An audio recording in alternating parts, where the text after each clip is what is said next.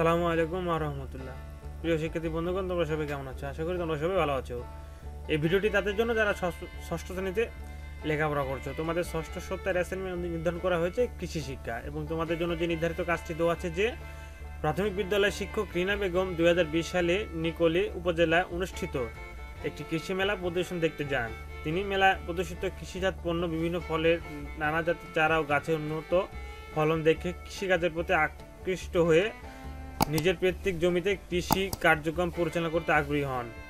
কৃষি কার্যক্রম পরিচালনা করতে রিনা বেগম অভিজ্ঞ কৃষক, কৃষি মেলা, কৃষি শিক্ষা, কৃষি গবেষণা, কৃষি তথ্য ও সেবা প্রাপ্তির উৎসগুলো কীভাবে কাজে লাগাবেন, নিচের প্রশ্নগুলোর উত্তরের মাধ্যমে তোমার মতামত উপস্থাপন করো।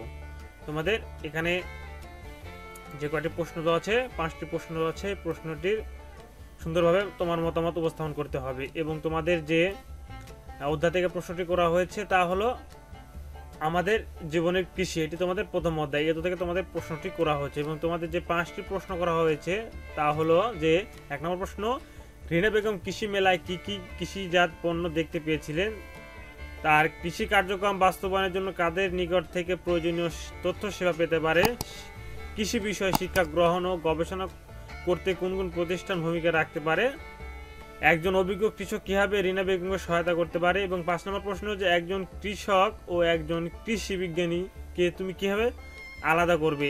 এই প্রশ্নের নমুনা উত্তর নিয়ে আমি হাজির হয়েছি রুবেল একাডেমি 360-এর পক্ষ থেকে। আমি রুবেল আহমেদ। তাহলে চলো কথা না বাড়িয়ে আমরা মূল অংশে চলে যাই। তবে তুমি যদি আমার এই চ্যানেলে নতুন হয়ে থাকো তাহলে আমার চ্যানেলটা অবশ্যই সাবস্ক্রাইব করে রাখো, কারণ রুবেল একাডেমি 360 একটি শিক্ষামূলক ইউটিউব চ্যানেল, এবং পরবর্তী সপ্তাহের অ্যাসাইনমেন্টের ভিডিও নোটিফিকেশন পেতে চ্যানেলটি অবশ্যই সাবস্ক্রাইব করে রাখবে। তাহলে চলো কথা না বাড়িয়ে আমরা মূল অংশে চলে যাই। তোমাদের 1 নম্বর যে প্রশ্নটি দেওয়া ছিল যে রিনা বেগম কৃষি মেলায় কি কি কৃষিজাত পণ্য দেখতে পেয়েছিলেন, এটা তোমাদের 1 নম্বর প্রশ্ন, এবং তোমরা উত্তর হিসেবে খাতায় লিখবে যে কেননা কৃষি আমাদের দৈনন্দিন জীবনের মৌলিক চাহিদাগুলো মেটানোর প্রায় সকল উপকরণ উৎপাদন ও সরবরাহ করে। এছাড়া অন্যান্য পণ্য ও সেবা ক্রয় এর অর্থ কৃষি যোগান দেয়।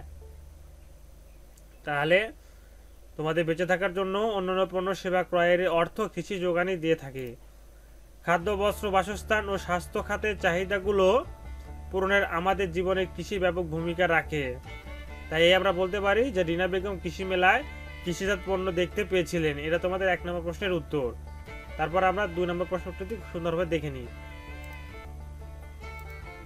তোমাদের 2 নম্বর প্রশ্ন ছিল যে তার কৃষি কার্যক্রম বাস্তবায়নের জন্য কাদের নিকট থেকে প্রয়োজনীয় তথ্য সেবা পেতে পারে। এটা তোমাদের 2 নম্বর প্রশ্ন, এবং উত্তর হিসেবে আমি নিয়ে এসেছি যে তোমরা দেখবে উত্তর, কৃষির আধুনিক প্রযুক্তি, কৃষি উপকরণ ও উৎপাদিত কৃষি পণ্য একসাথে একমাত্র কৃষি মেলার মাধ্যমে দেখা সম্ভব। তাহলে তোমরা অবশ্যই তা বুঝতে পারলে যে কৃষির আধুনিক প্রযুক্তি, কৃষি উপকরণ ও উৎপাদিত কৃষি পণ্য একসাথে একমাত্র কৃষি মেলার মাধ্যমে দেখা সম্ভব। গ্রামের মতো শহরেও এ ধরনের মেলার আয়োজন খুবই গুরুত্বপূর্ণ। এই মেলায় এক নজরে নানা ধরনের ফসল দেখা সম্ভব হয়। এই মেলায় চারা, বীজ, সার, কৃষি প্রযুক্তি ইত্যাদি দেখানো ও বিক্রয় করা হয়। এই মেলায় কৃষি বিষয়ক নানা লিফলেট, পুস্তিকা, বুলেটিন, পত্রিকা প্রদর্শিত হয় এবং বিনামূল্যে দর্শকদের দেওয়া হয়।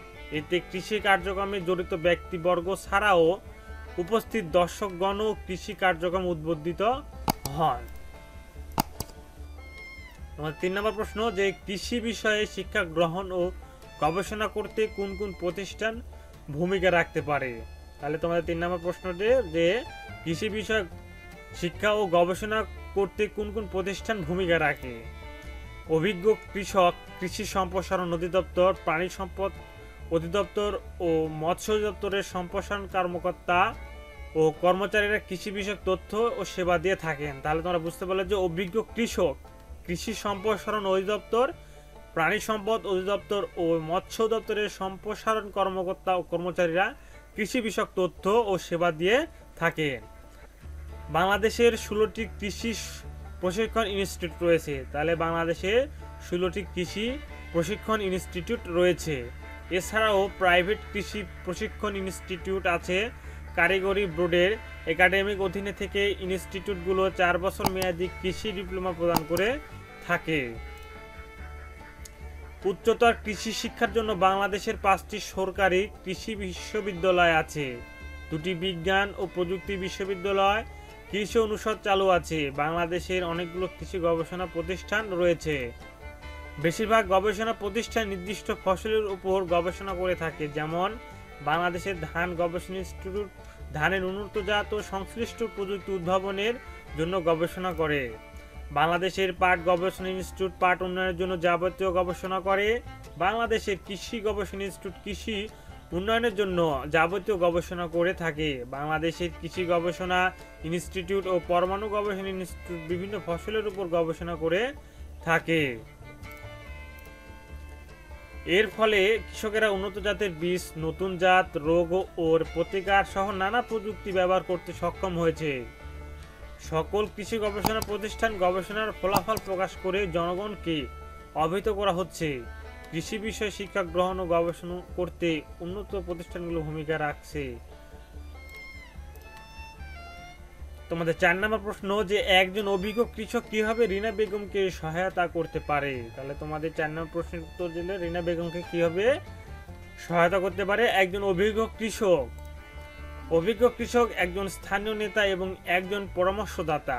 তাহলে অভিজ্ঞ কৃষক একজন স্থানীয় নেতা এবং একজন পরামর্শদাতা। তিনি সর্বস্ফূর্তভাবে স্থানীয় কৃষি সম্প্রসারণ কর্মকর্তাদের সাথে যোগাযোগ রাখেন এবং নতুন নতুন প্রযুক্তি সম্পর্কে খোঁজখবর নেন। এছাড়া তিনি গণমাধ্যম থেকে অনেক তথ্য সংগ্রহ করেন। তিনি স্থানীয় তথ্য ভাণ্ডার হিসেবে পরিচিত লাভ করেন। অভিজ্ঞ কৃষকেরা কৃষি জ্ঞানের পরিধি বৃদ্ধি করেন। অতঃপর তিনি নিজ এলাকায় কৃষকদের কৃষি বিষয়ে পরামর্শ দান করেন। কৃষকেরা ফসল নিয়ে নানা সমস্যা ভোগেন, যেমন ফসলের রোগ হওয়া, কীটপতঙ্গ আক্রমণ করা, বন্যা ও খরা দেখে দেওয়া ইত্যাদি। এসব প্রতিকূল অবস্থার মোকাবিলা করার জন্য প্রাথমিকভাবে কৃষকেরা অভিজ্ঞ কৃষকের দ্বারস্থ হয়ে থাকেন। আরও তিনি আন্তরিকভাবে যতটুকু জানেন সেই মোতাবেক কৃষকদের পরামর্শ দিয়ে থাকেন। তোমাদের 5 নম্বর প্রশ্ন, যে একজন কৃষক ও একজন কৃষি বিজ্ঞানীকে তুমি কিভাবে আলাদা করবে? তাহলে তোমাদের 5 নম্বর যে প্রশ্নটি, যে একজন কৃষক ও একজন কৃষি বিজ্ঞানীকে তুমি কিভাবে আলাদা করবে। একজন কৃষক কেবল কৃষি কাজ করেন, কিন্তু তার ফসলের জন্য কোনো উপাদান কি পরিমাণে লাগবে কিংবা সঠিক সময়ে ফসলের সঠিক যত্ন ইত্যাদি সম্পর্কে ভালো ধারণা রাখতে পারেন না। ফসলের বিভিন্ন সমস্যা সমাধানের জন্য কারো নিকট তাকে দ্বারস্থ হতে হয়। পক্ষান্তরে কৃষি গবেষণা প্রতিষ্ঠানে যিনি গবেষণা করেন তিনি নতুন প্রযুক্তি আবিষ্কার করেন, তিনি কৃষি বিজ্ঞানী। তাহলে তোমরা বুঝতে পারলে যে একজন কৃষক কেবল কৃষিকাজ করে থাকেন এবং যিনি কৃষি বিজ্ঞানী তিনি বিভিন্ন প্রযুক্তি আবিষ্কার করে থাকেন। তিনি একটি ফসলের জীবনচক্র সুন্দরভাবে ব্যাখ্যা করতে পারেন এবং তার নিকট কৃষি বিষয়ক নানা প্রকার তথ্য পুঞ্জীভূত থাকে। তারা নতুন ফসল ও প্রাণীর উন্নত উৎপাদন, সংরক্ষণ ও পদ্ধতি উদ্ভাবন করে দেশের কল্যাণ সাধন করেছেন। তো এই ছিল তোমাদের 6ষ্ঠ সপ্তাহের 6ষ্ঠ শ্রেণীর কৃষির যে নমুনা প্রশ্ন। ভিডিওটি কেমন লাগলো অবশ্যই তা কমেন্টে জানাবে এবং পরবর্তী অ্যাসাইনমেন্টের নোটিফিকেশন পেতে চ্যানেলটি অবশ্যই সাবস্ক্রাইব করে রাখবে। ধন্যবাদ।